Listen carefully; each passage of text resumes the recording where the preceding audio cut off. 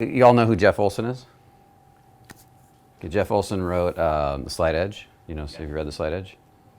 Yeah, I think I read The Slight Edge. Everybody I tell to read The Slight Edge, they put it in their top 5 books. It's an amazing book, written by Jeff Olson, and his nickname is the Millionaire Maker. He's made more millionaires than who knows. People who follow Jeff tend to become successful. Now, I've met Jeff personally, hung out with him in a bar, and he is rock solid grounded. Like, he walks in the room and it's like a rock walking through the room. He's really a solid guy. And he was mowing lawns, as the story goes. He was mowing lawns at a really high-end golf course for a living, and he was just kind of being a beach bum when he was really young. And he was watching all the people drive in their fancy cars to go to this high-end golf course that were all successful. And he looked up from his lawnmower, and he said, "I want to be like them." And he made a decision that he was going to be like them, and he went and did it.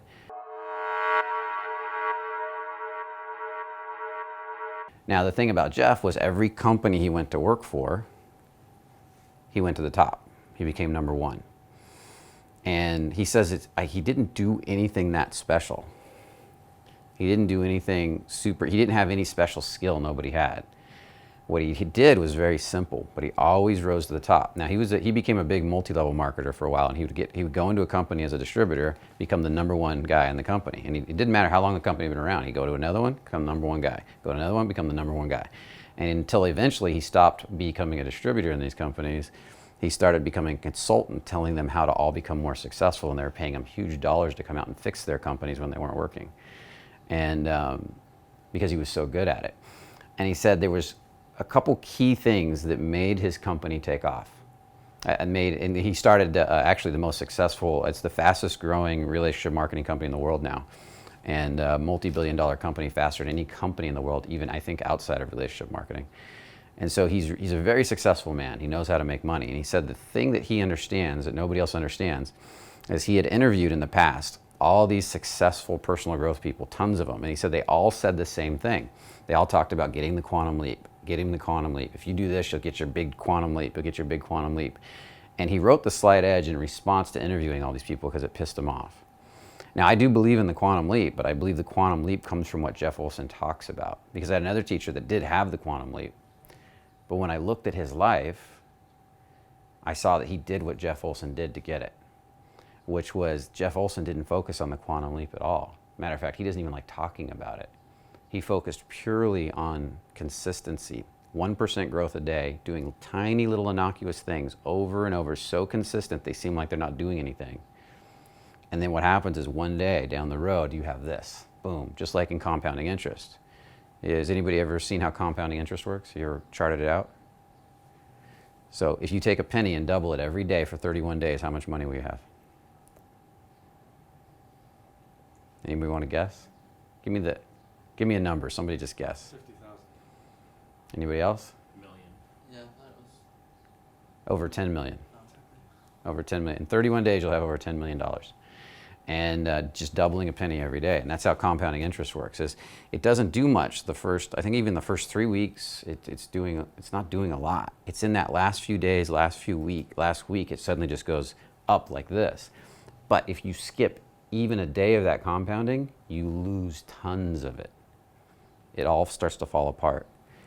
And that's the compounding interest consistency principle. And he says that's what makes successful people in this world, is they understand that principle. And so every day they go to exercise, even if they know if I don't exercise today, I'm not going to see the results tomorrow. Every day they go do a little bit more, even if they know they won't see the results for a month, a week, because they know there'll be that day when everything starts to change, when it all clicks. And when it clicks, it's going to start moving so fast, as Napoleon Hill says, you're going to wonder where it all was during the lean years. And you have to hit that tipping point. But you only hit that tipping point through compounding interest. And he illustrates it so well in that book that it kind of wakes people up to this understanding of what really creates success. And it's nothing magical. It's simple. Just like Walter Russell used to say, it's very simple. Everything is easy. And the only reason anything is hard is because we make it hard. Our egos like to make it hard because it makes us feel special. If I had to surmount all these mountains then I'm special. I did something nobody else can do. But he said everything is actually really easy. And sometimes we don't like to admit that. Once you get out of your own way, that is. So Jeff Olson, the reason I brought him up was he had gone into a new territory in his business, and he didn't know how to, it was a new country. He didn't speak the language. And so he's looking for people that spoke the language to work with him. And his whole thing was I knew I needed to be the first one over there, selling my product, building out my team. And what did he do? He said, the only thing I could think to do was to double my rejections that I normally get, because I didn't know how to I didn't know what else to do. So I just made sure I doubled the normal amount of rejections I get. And in doubling the normal amount of rejections, he rose to the top again. So is that a little different way of thinking? How is that different than what you guys think on average? How's that different than the average person? They don't want to fail. And so he wanted to fail more. And why is that important? Because you learn from your failures. Right. And law of polarity states if you get a certain amount of failures, you have to have a certain amount of successes.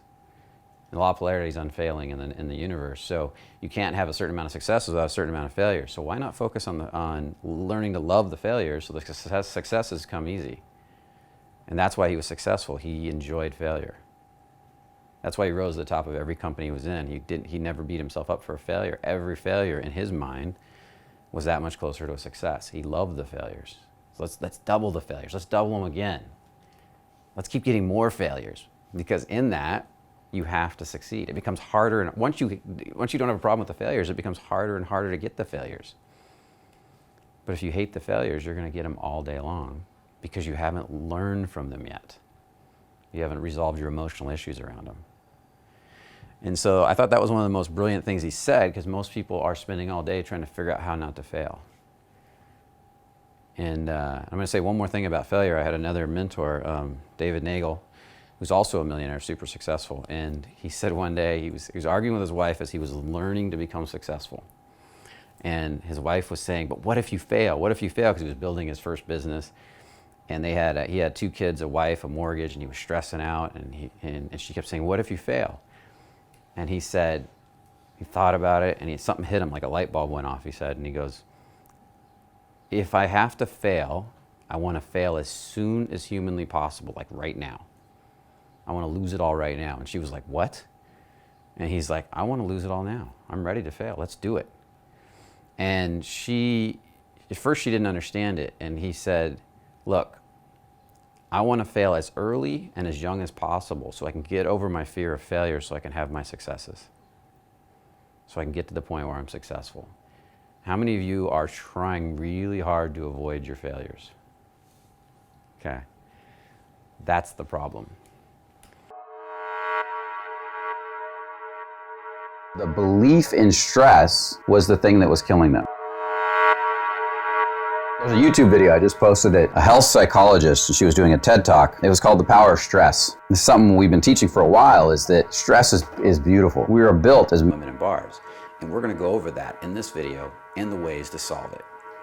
Now, if you haven't seen the 3 key elements to building confidence, I recommend you watch that video first. And the link will be right here in the video now. Also, if you have